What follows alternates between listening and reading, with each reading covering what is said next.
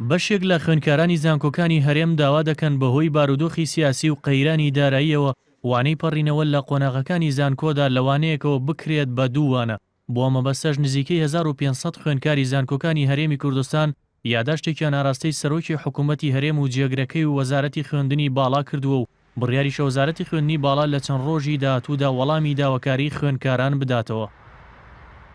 داواکاریەکەمان بۆ ئێستا داواکاریێکی ڕەوایە، چونکە حکوومەتی بەغا و بڕیاری دەرکردووە لە بەبیانی ئەوەی کە وەزعی سیاسی ناوچەکە باش نییە. ئێمە لە کوردستانە جگەلەوەی باری سیاسی باش نەبوو، هەروەها خوێندکارانی زانکۆی گیرۆدەی کێشەیەکی تریش بوون، ئەوش قەیرانی ئابووری بوو.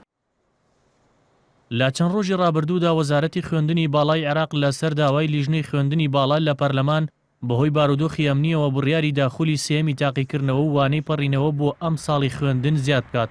بە ئامان شێوە ئەندامانی پەرلەمانی کوردستانیش داوایان کردووە بەهۆی ئەم بارودۆخەوە حکوومەتی هەرێمیش بڕیارێکی هاوشێوە دەربکات. کۆی ئەو داواکارانی خوێندکاران مانگەیاندوتە وەزارەتی خوێندنی باڵا و توێژینەوەی زانستی.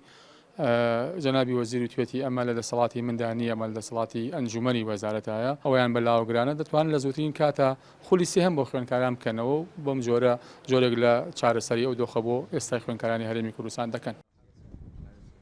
ئەگەرچی تا ئێستا بە فەرمی وەزارەتی خوێندنی باڵا و توێژینەوەی زانستی هەرێم وەڵامی داواکاری خوێندکارانی نەداوەتەوە، بەڵام وتەبێژی وەزارەتەکە بە هێنارتی ڕاگەیان لە چەند ڕۆژی داهاتوودا ئەنجومەنی وەزارەت کە لە وەزیر و سەرۆکی زانکۆ و پەیمانگاکانی هەرێم پێکاتون بڕیاری کۆتایی دەدەن.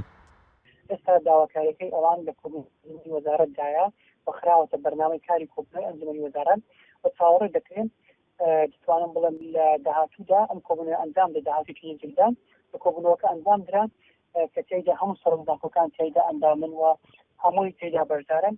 لەوێەوە بڕیار لەسەر ئەم داواکاری خوێندکاران قسەیان بدرێت کە ئاخۆ عبور هەر یەک دەرس بێنێتەوە یاخۆ بکرێت بە دوو دەرس یاخۆ خولی سێیان بکرێتەوە.